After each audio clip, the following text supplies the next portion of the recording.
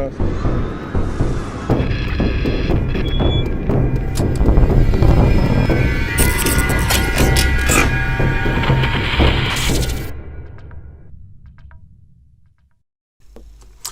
Hello and welcome. My name is Jakub, Hello, everybody. and together with me there's my good colleague joining us from Madrid. Still in Hello, Madrid? everybody. Yeah, still in Madrid. Good. I'm just checking, Lola Garcia Jofrin. And today we are trying something new because we are finally publishing a great story done by two of our great colleagues who you will see in a second. They are here in the background waiting to enter the stage. And we wanted to basically entertain you also with some kind of a conversation around this story. Talk to them, basically see how they feel and how did they work on this story. So Lola, you want to start introducing them? Yeah, so today we have with us photojournalist Luis Tato, that maybe you heard his name in the last days because he's one of the nominees for the World Press Photo this year. And reporter Anthony Langat from Kenya, who is specialized in climate change, and they are going to talk about this story, Samburu, that they did spending some days with some shepherds in the north of Kenya. They will tell us more. Hello. Hey, hello guys, how are you? Good to see you. Anthony, you're still with us? Okay. I'm here. Hi guys. Good. How are you? Good. I see that you're like praying to your phone now. So like, please, I have enough data. So don't worry. Yeah, I have the phone just in case. Yeah, okay. So where are you guys right now, actually? I'm in Nairobi, where I've been for the last 4 years now. At my home in Nairobi, having a quiet morning, and very happy to talk to you guys. And what about you, Anthony? Okay, we have to wait for his phone to react. Okay, and how did you take before we jump into Samburu, I just wanted to know if you could tell us a little bit more about the photo which received the nomination. Like, how much time actually were you working on this one? And was it a part of a bigger story or just a shot? Yeah, it was part of a bigger story. Actually, I've been nominated also for the story as such in the nature category. And then from that story, they have taken that picture, that single image, as nominated for the World Press Photo Award.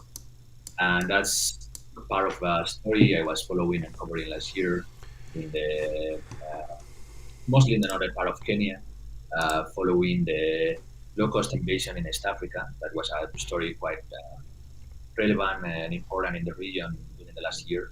And that actually happened at the same time that the global pandemic was a big reality for all of us. So it was a quite interesting story to follow. And well, that coverage has been awarded this year in the Scotland. Cool. Well, congratulations. Thank you. Congratulations. We hope you will win. When are the results? Actually, in a couple of days, April 15th. Wow. So Do you know already? no, I promise I Did have you- But did you get like a secret email? Please don't tell anyone. when you're a nominee, they tell you in Uh-huh. advance. But for this one, they send us an email telling us that they want the secret, and you will know as soon as everybody knows. So, yeah, let's see how it goes.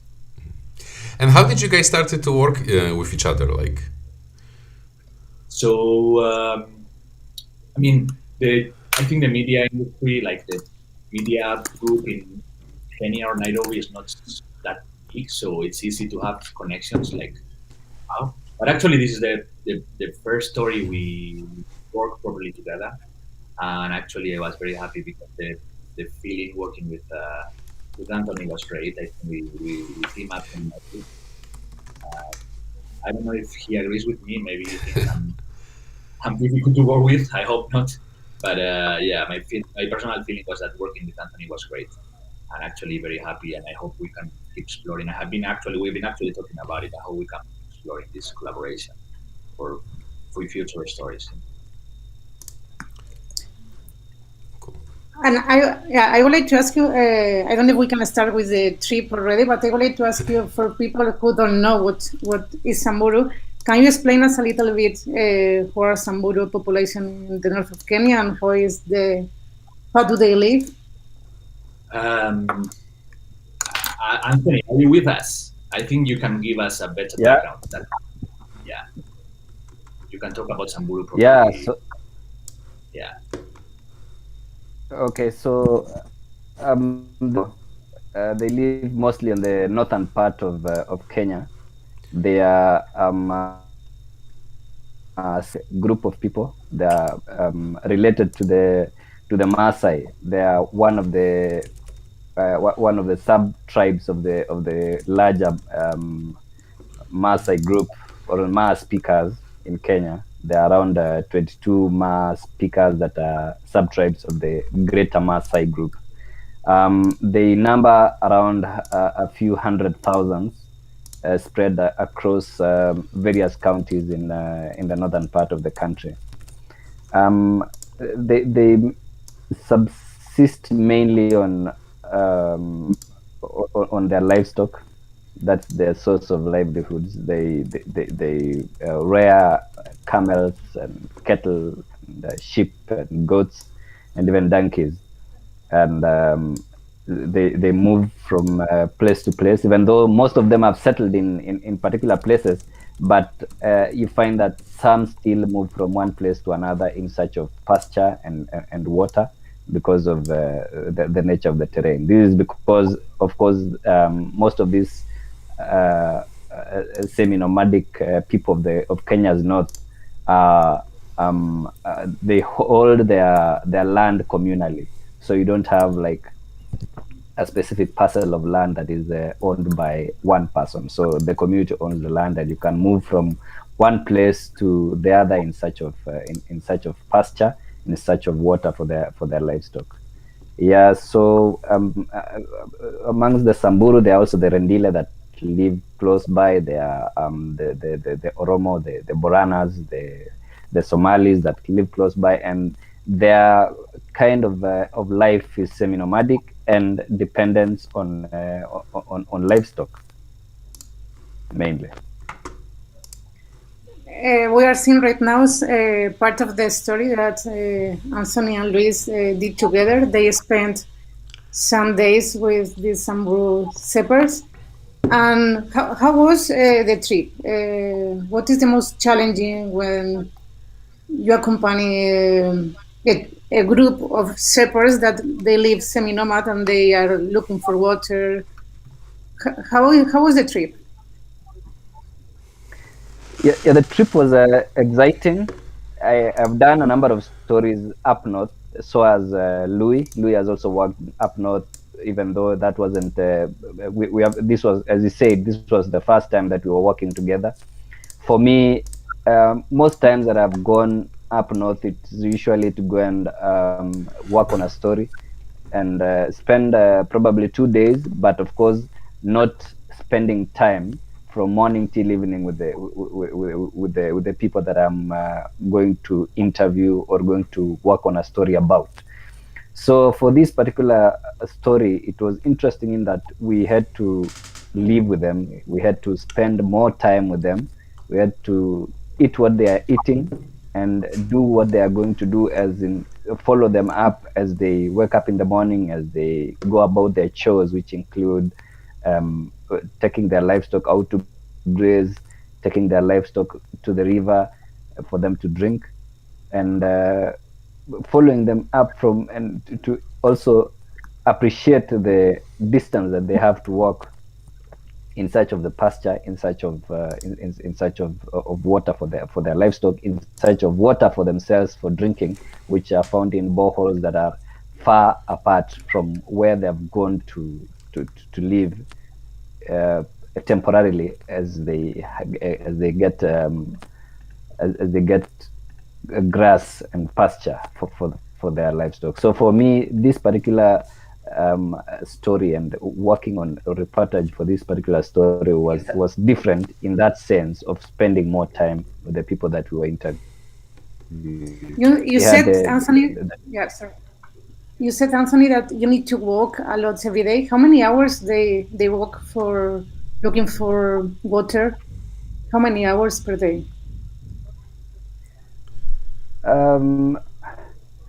Was that around 3 hours? Because we had to move from the Kilaker hill down to Laisamis River. That's like almost 5 kilometers. That's like 3 hours, a 3 hours walk. And of course, for during the time that it depends on who is going, because if it is the woman who is going for water that's going to be used in the household chores with the donkey, maybe she'd be going straight to the river. But for someone like Peari, or the guy who is the shepherd himself, he sometimes goes slowly as the livestock browse. So it's going to take more time because he's heading there slowly so that he can get to the river, and as the livestock also get to browse, get to eat pasture on the way. So, but not less than 3 hours. In the article, Anthony, you mentioned some memories that they share with you. Like, yeah, I said that in the article you mentioned that they told you that before they used to see in this area elephants, even lions. How do their lives change for them in the last decades? What did they tell you? Yeah, that was Lagato from a village called Lerugusho. It's not far from Laisamis town. And Lagato was intimating to me that in the past, because he's now in his 50s, so he remembers in the past when he was a young boy, and the area around where the current Laisamis town stands used to be a savanna. It used to be a bush, and many wildlife animals were there at that time. He recalls of elephants, of lions, of many other wildlife that were there at that time, and which goes to show how rich the fauna was at that time. Over the years, been depleted either through climate change and also through anthropogenic means, where human activity affects the fauna of a place. So this has changed. And Lagato also, he was a good person to interview, and he had quite a grasp of the changes that have occurred over the years, because he says he remembers when he was a young boy in 1974, there was a very bad drought, and that his father lost a huge herd of his livestock due to deaths because of the drought, because of lack of water, lack of pasture. And then they lost a lot of livestock at that time. But then it says that then dissipated, and there was rain, and they had pasture, and they had water, and yeah, thank you, Anthony. Well, the story is beautiful. The pictures are amazing. Only later on, again that. Sorry, I think we lost the last part, Anthony. Sentence. The last sentence. I would like to ask you, Luis, for you, what it was the most challenging? We saw the pictures going with them to collect the water at night. For you, what was the most challenging of this trip? For me, the most, let's say, shocking part was actually what Anthony was mentioning before. I remember we spent the night there. We actually stayed with them, and the next morning, after the first thing they do in the morning is milking the animals. And after they milk the animals, they get ready to go for water. They go to a water point that is around 3 hours and a half walk from where they actually stay. And I remember I had to do all this work with them, carrying with my cameras, the same way they were carrying with like the tanks and stuff. And I was like actually quite shocked about the distance and the amount of effort these people have to do daily for getting the water. and that's something I really got with me and made me think a lot, because it was actually quite challenging for me, and it's something they do daily. Daily, they do it even twice. So they have to go for the. They take water for the animals and also for them, and then they go back to the place, and then we can do that same morning, the evening. So it was actually we are talking that these people in a regular day they can spend even last 10 hours only walking looking for water, more than 10 hours a day. So we just think about it in a way like it's a proper job by itself, only get water. And yeah, it was quite shocking for me that aspect. No, like it's quite exhausting. It's very hot. We have to understand that it's also a place where it's very dry, very hot. So it's also having an impact in the way you walk and you interact with the space. And that was for me also something that really um, got me thinking. No, and I think in the pictures you can see nicely how the land is quite dry, it's very affected by the whole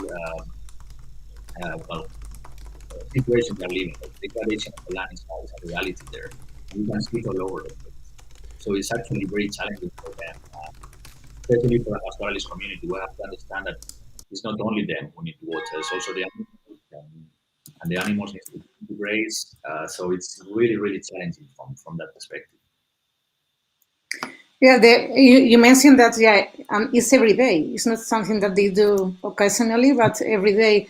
The readers, when they will read the story, they will see that we create an water alert. And when you are reading the article, you're learning how long is the trip for these people to collect water. We saw that there are adults, but there are also children that you took in the picture. Basically take part of in their daily duties that almost the same way like an adult. They are part of the thing. The kids in the morning meet the animals. The kids go for water too. So it's like a family. It's a family. They serve like the responsibility and duties from a family approach, right? So even the kids are part of it also as well.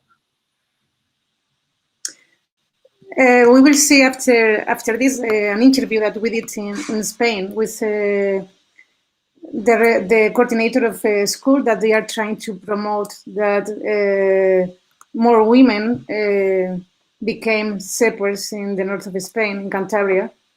And they told us that some of the concerns sometimes is the future of this profession, because they were families that they used to do it, but most of the young population, they live the rural areas, and they don't want to do a profession that is so important but is so difficult. I don't know, Jacob, if we can see the interview after this. Yes, I can put it now. It's on. La idea surge, entre otras cosas, porque yo pertenezco a la Junta de Cantabria de la Asociación Española contra la Despoblación. Me hace estar en contacto con muchas personas que están en el entorno rural, sobre todo productores y ganaderos y ganaderas, ¿no? Y una de las cosas que nos decían, entre otras cosas, especialmente las ganaderas, era que sería muy interesante tener una formación específica antes de empezar a desarrollar su labor, ¿no? Lo que detectamos es que también existían otras escuelas de pastores en España, pero una de las cosas que no las encajaban es que tenían que estar mucho tiempo fuera de casa y aquellas que tenían hijos no podían hacerlo. Entonces lo que planteamos fue precisamente una formación de carácter experiencial, pero que sumase la conciliación familiar. Y de ahí pensamos, además de eso, pensamos en las mujeres, porque, entre otras cosas, también sabemos que hay una alta tasa de masculinización en los entornos rurales. Ha sido una sorpresa agradable porque, primero, hemos constatado que realmente estábamos dando respuesta a una demanda, Y segundo, porque ha sido toda una avalancha. Hemos tenido 265 preinscripciones de mujeres, tanto del medio rural como mujeres que están en el entorno urbano y quieren trasladarse a trabajar en el medio rural. Más del 60% están entre los 18 y los poco más de 45. La formación finalmente va a ser, se hace para 30 mujeres. Entonces lo que ahora mismo estamos haciendo es una selección. Es una formación que se hace online y práctica. Se hace a lo largo de 9 meses, enfocadas precisamente a todo lo que nos está planteando Europa, tanto como estrategias como la granja a la mesa, la bioeconomía, la economía circular, pero también la tecnología. La idea es que ellas tengan, a final de todo este proceso, una formación que va a ser muy transversal, pero que las permita generar su propio proyecto de empresa. Es una de las posibilidades para volver al medio rural y hacerlo con una base firme. Eso es importante, porque una de las cosas que detectamos es que mucha gente se va al medio rural, pero no sabe a qué se va a dedicar ni cómo va a continuar su vida.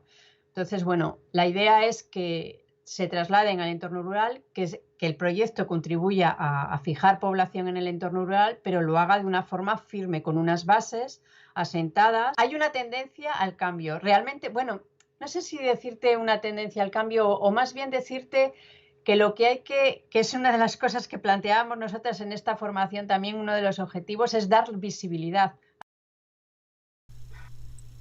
And we're back. Yeah, I would like to ask you, what is the role of women in Samburu village? Do they do the same activities, men and women, or how it is? Actually, we share most of the activity. Even the women, as you can see in the pictures, you can see them going for water. You can see them going with the animals to graze. You can see them milking animals in the morning. They're actually a very important part of the community, and they are actually the main. I would say that the main workforce. Actually, I think they are way more active than men in these communities in many ways. They share quite a lot of the daily duties, but women have a very important role in that way. I think they are basically the head of the family from that perspective. I don't know if Anthony has the same vision or had the same vision while we were working there. Hello? Yeah, that's true. It's true that. Can you hear me? Yeah. Yeah, I'm saying that's true that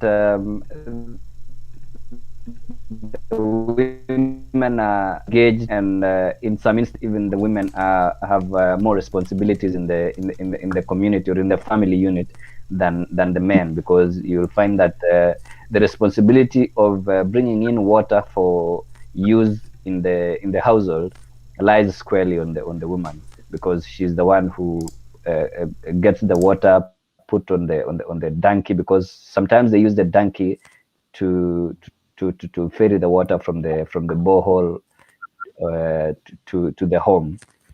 Sometimes they have to carry the jerrycans of water themselves on their body, maybe on their head or slung on their back for kilometers and kilometers from the borehole to the homestead.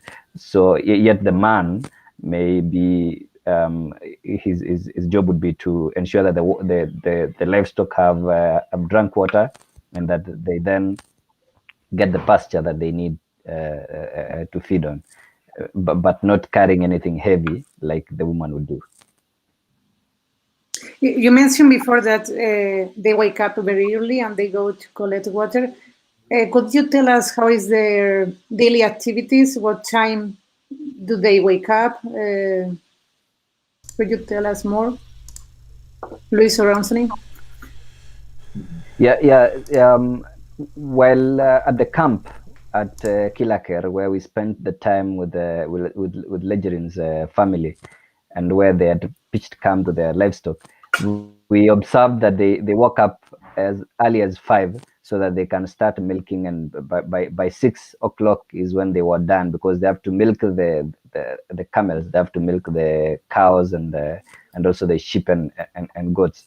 So and this is something that is done by both the man, the woman, and also the children, because we find that the man himself, Lejerin, was helping with the milking of the camels, while the wife was milking the goats, and the son was milking the cattle.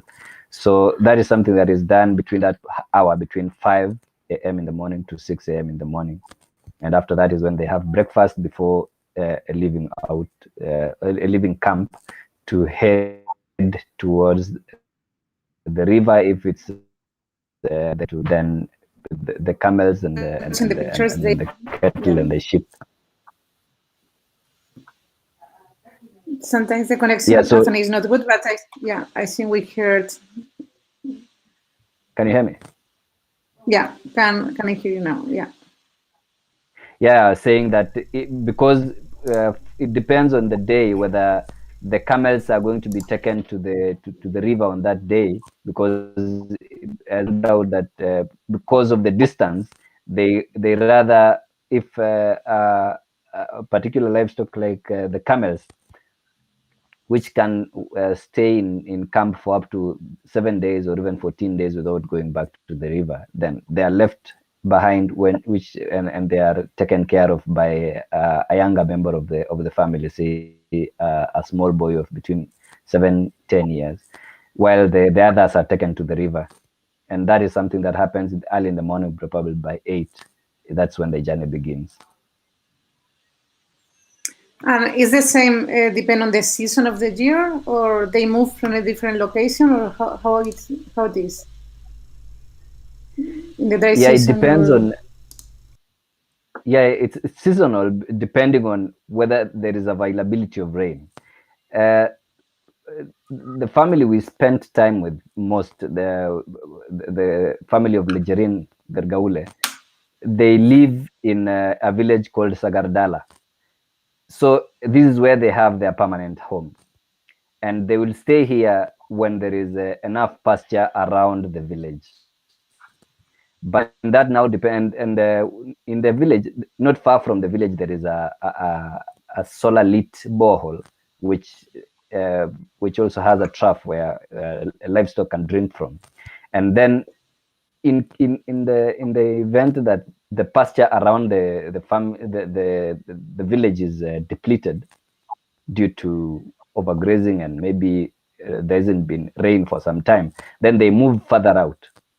And they move, and if that distance where they have moved to is too far to come back to the home to spend the night in, then they move with their bedding and their utensils, so that they can make a pitch camp somewhere where they can spend the night, and their livestock can graze there. And then, of course, they'll have to walk a longer distance to go and find water. So their semi-nomadic lifestyle is dictated by where they find pasture.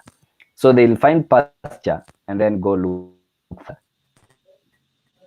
If they can find water, then the better you find that where there's a borehole which was sunk by the government, or if there is a river which they can still get water in, then and that there is no pasture there, then they have to go and look for pasture in a further place. So the mechanics of this is, it has to be where there is pasture, and then they can then move from there to go and look for water, and then come back to where there is pasture to spend the night or pitch camp.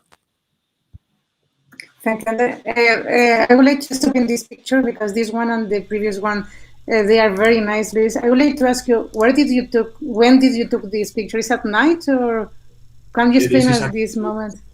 When the night is starting, they actually make this fire to keep themselves warm, and also the cattle, because as many of these desertic kind of land, in the night can be quite cold, actually. So there is a big contrast between how hot it is during the day and the night temperatures. So actually what they do when the night is coming, as you can see by the colors, is actually when the sun is coming down completely and they are going actually preparing to go to sleep.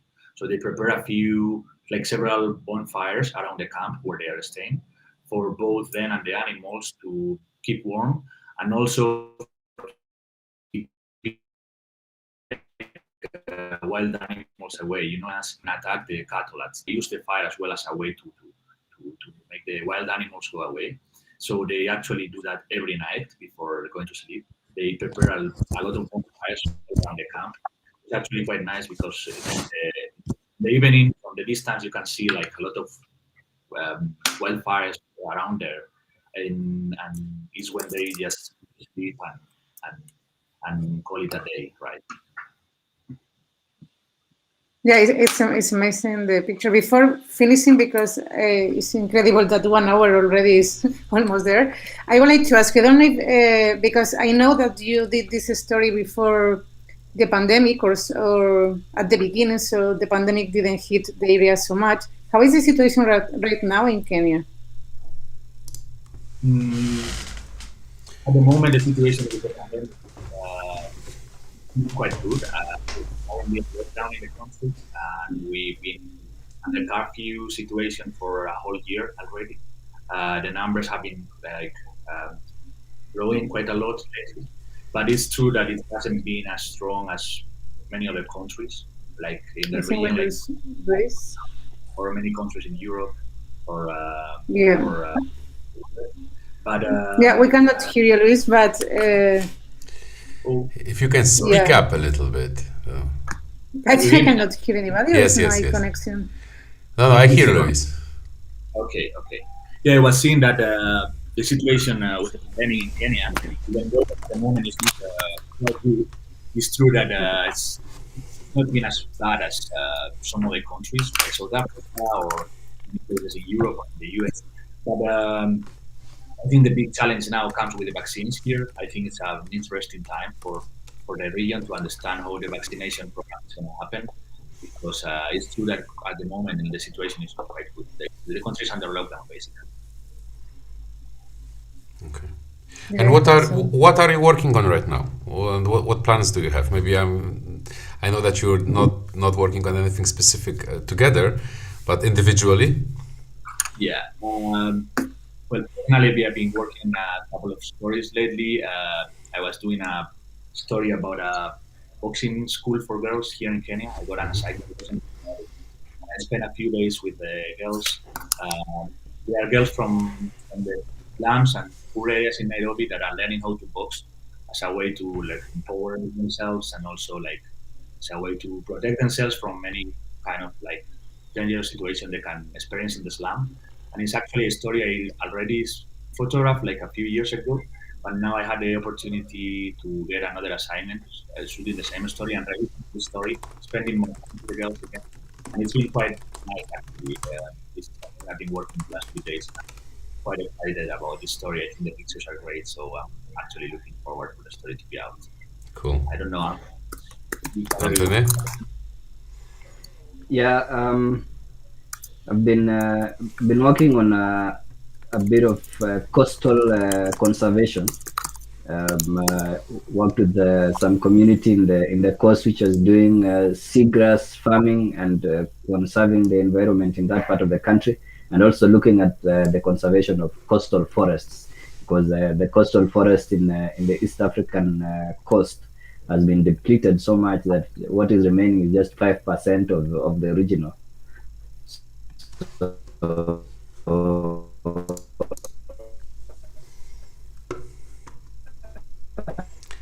Almost there.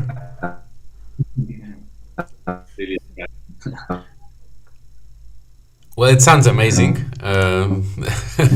Looking at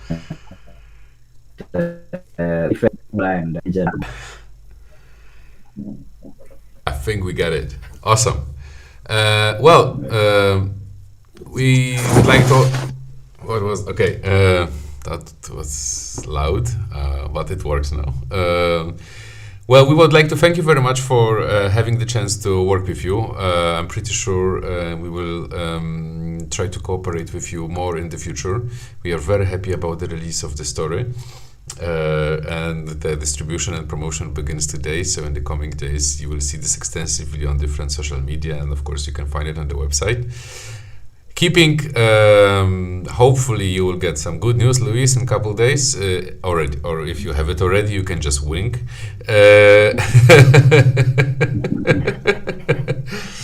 We know how it is.